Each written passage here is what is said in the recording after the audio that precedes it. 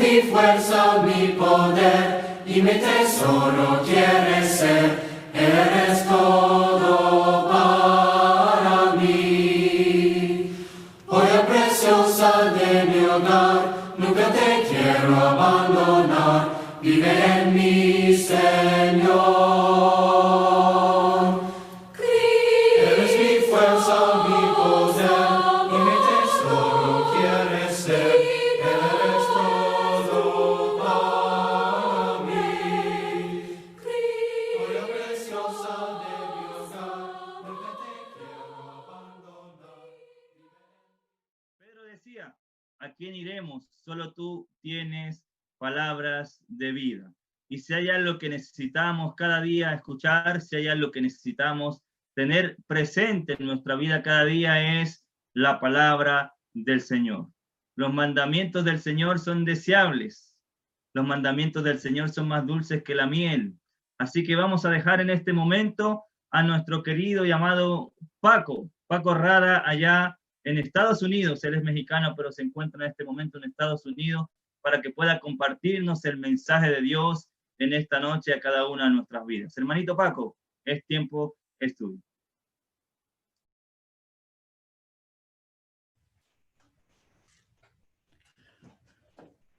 Buenas noches, hermanos. Me da mucho gusto estar con ustedes de nueva cuenta y poder compartir este momento de convivencia cristiana.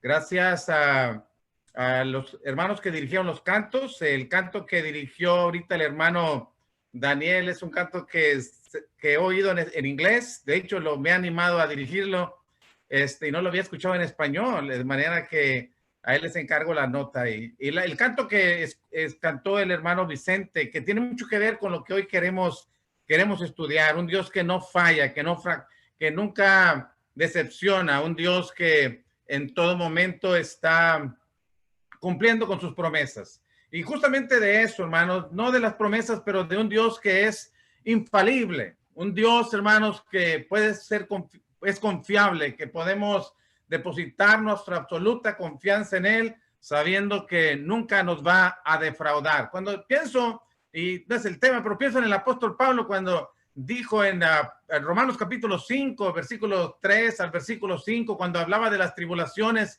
y decía, y nos gloriamos en las tribulaciones sabiendo que la tribulación produce paciencia y la paciencia prueba y la prueba esperanza y la esperanza no avergüenza. En otras versiones dice, y la esperanza no decepciona, porque el amor de Dios ha sido derramado en nuestros corazones por el Espíritu Santo que nos ha dado. Me encanta ese texto, pienso en ello y en todas las cosas que podemos aprender en esas verdades. Y pensando en ese Dios infalible, ese Dios que no falla, que siempre cumple sus promesas y atiende nuestras necesidades, hermanos, de acuerdo a su voluntad. Pero, ¿qué cuando no las cumple? Aparentemente. ¿Qué cuando Dios no responde de la manera en que nosotros esperamos que respondiera? ¿Qué cuando estamos en una crisis de la naturaleza que ésta sea y estamos orando a Dios y parece que Dios no contesta como nosotros suponemos que debiera contestar? ¿Qué si no lo hace? Bueno, pensando en esa pregunta, ¿qué si Dios no lo hace? Quiero que vayamos al libro de Daniel, hermanos, en el capítulo número 3 y en el versículo 15 al versículo 18. Y vamos a ver este momento en la vida de estos tres jóvenes hebreos, hermanos, que fueron desafiados en su fe, que están en momentos cruciales donde se tienen que tomar decisiones, hermanos, en circunstancias muy adversas, muy demandantes para que se exhiba nuestra fe, nuestra confianza en Dios, nuestras convicciones cristianas, para que podamos mostrar, hermanos, el amor que tenemos para Dios y nuestra inquebrantable esperanza y también nuestra inquebrantable determinación de ser fieles en todo momento.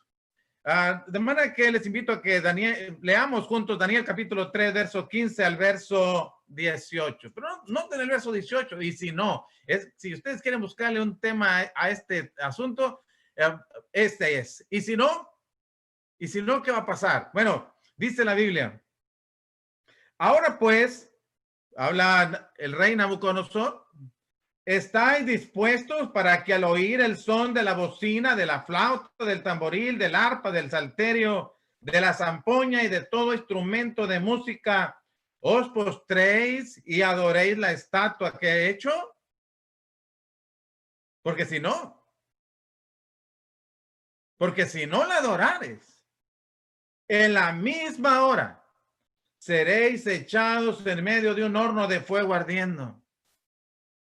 Y noten las palabras desafiantes. ¿Y qué Dios será aquel que os libre de mis manos? Sadrach, Mesach y Abednego respondieron al rey Nabucodonosor diciendo, no es necesario que te respondamos sobre este asunto.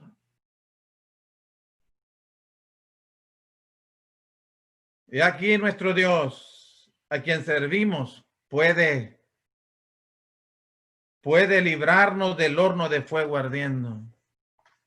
Y de tu mano, oh rey, nos librará.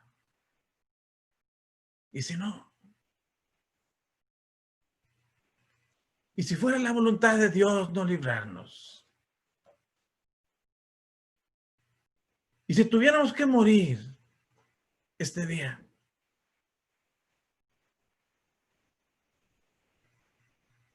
sepas, oh rey, que la decisión ya está tomada. Sepas, oh rey, que no serviremos a tu Dios, ni tampoco adoraremos la estatua que has levantado. No lo vamos a hacer.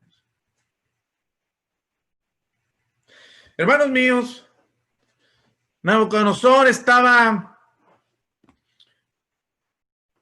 con su reino extendiéndose por toda aquella región. Había por ahí del año 605, 606 conquistado y quitado el imperio a los asirios, y ahora se estaba erigiendo como el gran imperio caldeo babilónico de aquel tiempo. Y ha estado extendiéndose, ha llegado hasta Judá y ha traído de Jerusalén a unos jóvenes sabios, inteligentes, de buen parecer, a los cuales ha instalado dentro de su imperio. Después de la experiencia que tuvo con Daniel, cuando no solamente le interpretó el sueño, sino que le dijo que había soñado, y ante esa sorpresa de Nabucodonosor de saber que el Dios que Daniel servía pudo decirle de qué se trataba el sueño y cuál era la interpretación de ese sueño, Nabucodonosor lo puso a Daniel en un lugar privilegiado en su imperio, y por petición de Daniel también sus amigos, Sadrach, Mesach y Abednego, nombres caldeos, también los pusieron en unos lugares oficiales para el imperio babilónico. Pero ahora en este momento, Nabucodonosor va a desafiar la fe de aquellos hebreos y va a desafiar a Dios mismo. ¿Cómo lo hizo? Dice la escritura en el capítulo 3, en el versículo 1, el rey Nabucodonosor hizo una estatua de oro cuya altura era de 60 codos y su anchura de 6 codos. La levantó en el campo de Dura, en la provincia de Babilonia. ¿Cuál es la razón por la cual erigió esta estatua? Hizo esta estatua. La Biblia no responde. ¿Pudiera ser para satisfacer su ego? Se está constituyendo como el emperador de aquel momento. ¿Será para un fin político de mostrar que es cierto que reconoció al Dios de los hebreos, pero que no ha sido influenciado por la religión judía y ahora ha erigido su propio Dios? No sabemos. Pero esta estatua será un desafío para la fe de nuestros ahora de estos siervos de Dios. Porque no solamente erigió la estatua, sino mandó traer a todos sus siervos que gobiernan con él, y En el momento en que dedicaba la estatua, también dijo que se había hecho un edicto de que a la hora de que se escuchara el son de la música instrumental, todos aquellos en cualquier lugar se postrarían y adorarían la imagen. Y en su momento dice la escritura que todos lo hicieron, según el versículo 7 del capítulo 3. Bueno, corrijo, no todos. Sino que hay 3 hebreos, debieron haber 4 y más, y pienso en 4 con Daniel, pero parece ser que como Daniel tenía lugares más privilegiados, no estaban pensando en él, pero miraron en estos 3, Sadrach, Mesach y Abednego, que no lo habían hecho, vinieron a darle el informe al rey, y el rey en ese momento, un rey que no sabe lo que significa dominio propio, porque se irrita de una manera tal que en el capítulo 2 y en el versículo 12, cuando aquellos astrólogos, magos y adivinos no pudieron saber del sueño ni su interpretación, dice en el versículo 12 del capítulo 2 que los mandó matar. Enojado, dice el texto, con ira y gran enojo. Finalmente no los mató porque Daniel dijo, yo puedo interpretar el sueño con la ayuda de Dios, por supuesto. Pero cuando supo que estos 3 no habían doblado su rodilla ante aquella imagen, en el versículo 3, capítulo 3, en el versículo 13, dice la Biblia, entonces Nabucodonosor dijo con ira y con enojo, que trajesen a Sadrach, Mesach y Abednego, y al instante fueron traídos estos varones delante del rey, y Nabucodonosor les preguntó, ¿es verdad eso? ¿Es verdad? Es decir, ¿será que ustedes no saben del edicto que he promulgado? Y lo hicieron de manera ignorante. Contradijeron mi ley. ¿O es que están desafiando mi palabra? Es verdad. Ahora pues, versículo 15. ¿Estáis dispuestos? Para que al oír el son de la bocina, de la flauta, del tamboril, del arpa, del salterio, de la zampoña y de todo instrumento de música, os postréis y adoréis la estatua que he hecho. Porque si no, no solamente hay una ley, hermanos, también hay una advertencia seria. Porque si no, en la misma hora seréis echados en medio de un horno de fuego ardiendo. Y ahora va a desafiar inclusive a Dios mismo. ¿Y qué Dios, dice él? ¿Y qué Dios será aquel que os libre de mis manos? ¿Qué hacer ante semejante disyuntiva?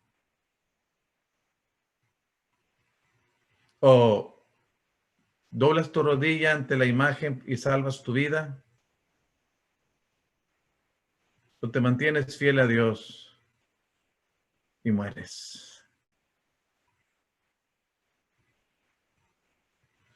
Ellos recuerdan que Dios había dicho desde unos 3 meses saliendo de Egipto, en el monte Sinaí, no tendrás dioses ajenos delante de mí, no te harás imagen ni ninguna semejanza de lo que está en el cielo, ni debajo de la tierra, ni en la tierra, ni bajo de la tierra. No te postrarás a ella, ni las honrarás, porque yo soy Jehová, tu Dios celoso. Y visito la maldad de los padres sobre los hijos hasta la 3ª y 4ª generación de los que me aborrecen, y lo repite en el capítulo 5 del libro de Deuteronomio. Lo saben.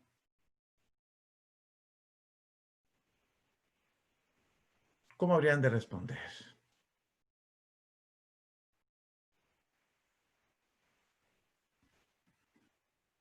Ellos responden. Y en la respuesta encontramos 3 cosas que quiero compartir en estos últimos 5 minutos. ¿Qué hacer cuando nuestra fe es desafiada? ¿Qué hacer cuando estamos ante semejante disyuntiva?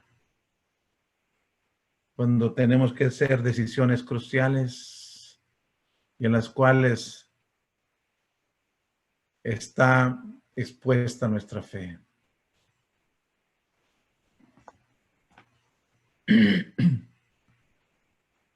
Lo primero que Sadrach, Mesach y Abednego nos pueden decir, hermanos, es que ellos no entraron en negociaciones.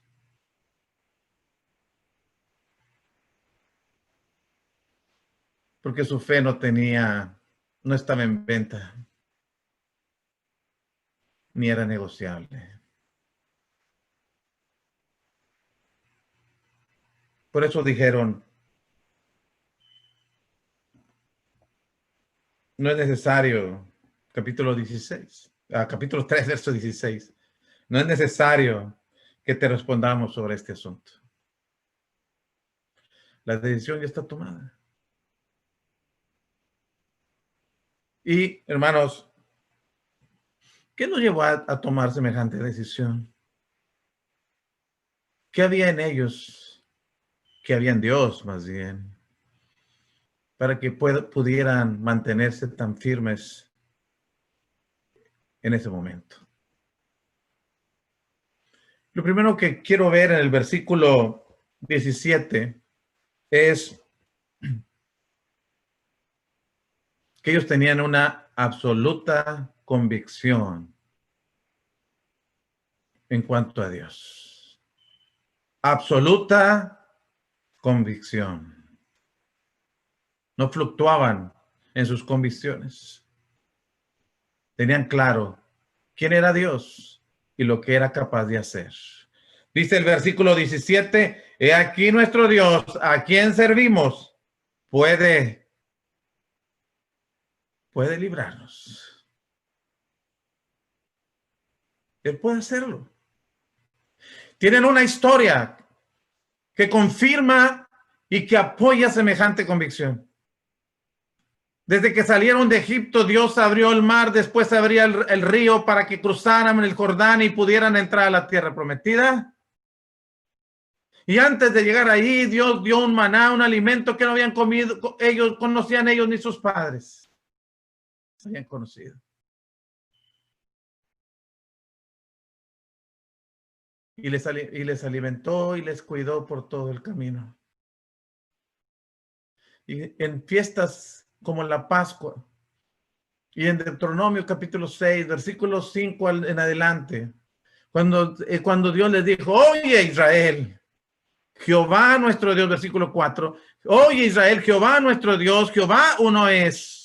Llamarás al Señor tu Dios con todo tu corazón, con toda tu mente, con toda tu fuerza y se lo enseñarás a tus hijos. Lo sabían. Eran jóvenes. No estaban en su patria. Estaban lejos del templo. ¿Recuerdan? Daniel extendía sus manos hacia el templo cada vez que oraba. Pero sabían quiénes eran, hermanos. Y a quién servían. Y sabían que Dios podía librarlos. Por eso es importante que sigamos investigando las Escrituras y démosle el valor que éstas tienen porque nos enseñan quién es Dios. Nos dicen lo que Dios ha hecho en el pasado y lo que Dios puede hacer ahora también. Porque si algo nos relaciona con Abraham, con David, y con estos tres, y con todos los héroes del Antiguo Testamento, es que tenemos el mismo Dios, con el mismo poder y su mismo amor para con nosotros. Y aquel que es poderoso, dijo Pablo en Efesios capítulo 3, versículo 20, para hacer todas, no unas cuantas cosas, todas las cosas, mucho más abundantemente de lo que pedimos o entendemos, según el poder que actúa en nosotros. Dios puede hacer lo que le pedimos. Dice Pablo, Dios puede hacer más de lo que le pedimos. Y Dios puede hacer mucho más, según ese texto, de lo que pedimos. Y ese poder actúa en nosotros. Hermanos, ellos conocían a ese Dios y sabían, Dios puede librarnos. No solamente tienen convicciones fuertes, hermanos, sino que también tienen una esperanza firme. En el mismo verso 17 dice, no solamente dice que puede librarnos del horno de fuego ardiendo, sino que también dice, y de tu mano, oh rey, nos librará. Lo va a hacer. En esas palabras hay confianza, hay optimismo, hay seguridad en lo que Dios puede hacer y en lo que ellos confían en que hará. ¿Cómo lo va a hacer? No sabemos. Dios puede librarnos para que no tengamos dificultades. Dios puede librarnos en medio, como lo va a hacer en este caso, de nuestras tribulaciones. Y Dios puede darnos el poder para sobrellevar nuestras tribulaciones cuando no nos libra de ellas. Porque lo puede hacer. Y ellos sabían de lo que Dios era capaz de hacer y confiaban en que haría. Con razón leemos Hebreos capítulo 11, verso 34, y las primeras cosas que dice es que por la fe, bueno, no lo dice ahí, pero el tema es ese, apagaron fuegos impetuosos.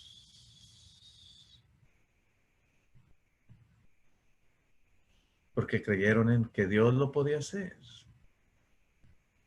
Hermanos, es necesario que sigamos conservando nuestra esperanza en lo que Dios es capaz de hacer, lo que Dios ha hecho y lo que Dios hará.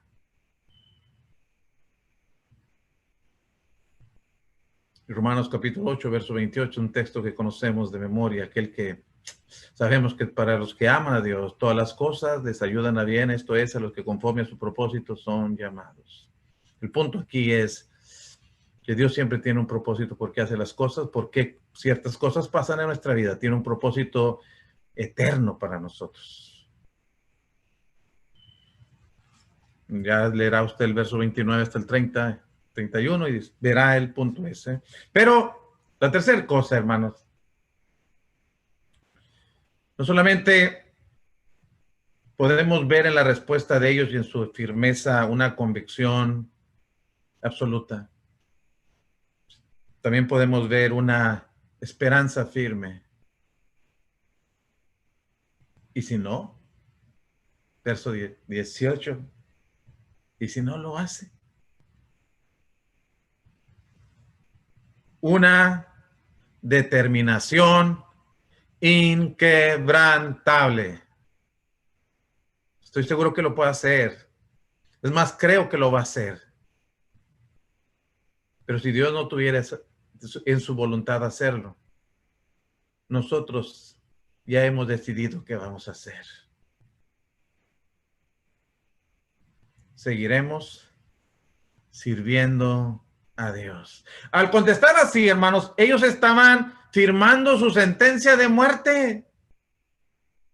Porque Nabucodonosor había dicho a la misma hora, si ustedes no lo hacen, serán echados en el mismo momento a ese horno de fuego. Y usted puede ver a Nabucodonosor en el versículo 19, cuando ellos tomaron la determinación, cómo su rostro cambió, aún se irritó más ante esa actitud de estos tres jóvenes.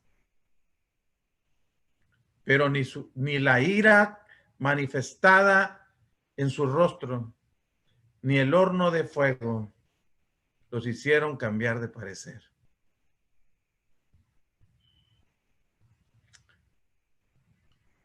Iban a morir. Pero, hermanos,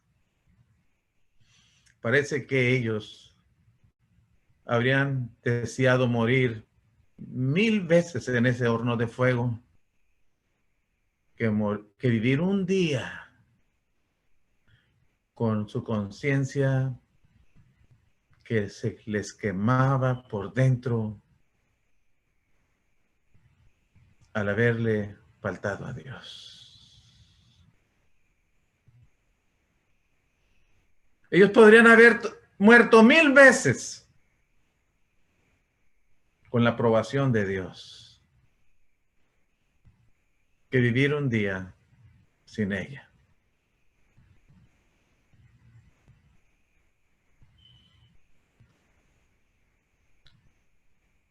Porque sus convicciones no eran negociables.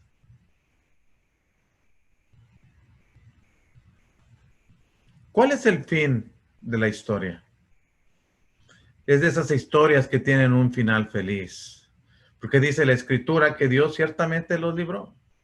Y no solamente los libró, Iglesia de Cristo, sino que la fe de estos 3 jóvenes influenciaron poderosamente en la vida del rey Nabucodonosor, de tal manera que en el capítulo 3 y en el versículo 28 dice la palabra de Dios: entonces Nabucodonosor dijo, bendito sea el Dios de ellos, de Sadrach, Mesach y Abednego, que envió su ángel y libró a sus siervos que confiaron en él, y que no cumplieron el edicto del rey y entregaron sus cuerpos antes que servir y adorar a otro Dios que su Dios. Todas las cosas que dice en un solo texto y todas las cosas que entendió.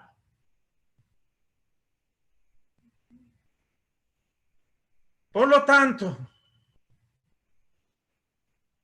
decreto que todo pueblo, nación o lengua que dijere blasfemia contra el Dios de Sadrach, Mesach y Abednego sea descuartizado y su casa convertida en muladar, por cuanto no hay Dios que pueda librar como este.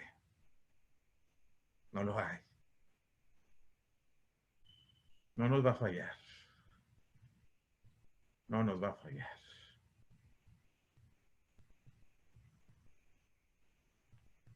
No siempre las historias terminan así. Hay veces que el protagonista de la película muere. Pero aún esas muertes honran y glorifican el nombre de Dios. Y son apreciadas por Dios mismo. Estoy pensando en Apocalipsis capítulo 14, versículo 12 al 13, cuando habla de aquellos que no adoraron a la bestia ni a su imagen, y murieron por su fe.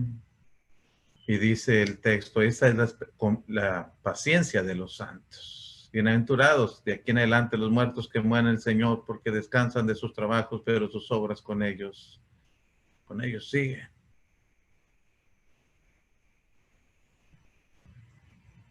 Hermanos,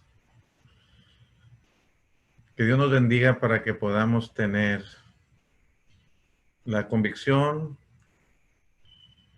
fuerte que ellos tuvieron, la fe firme y la determinación inquebrantable.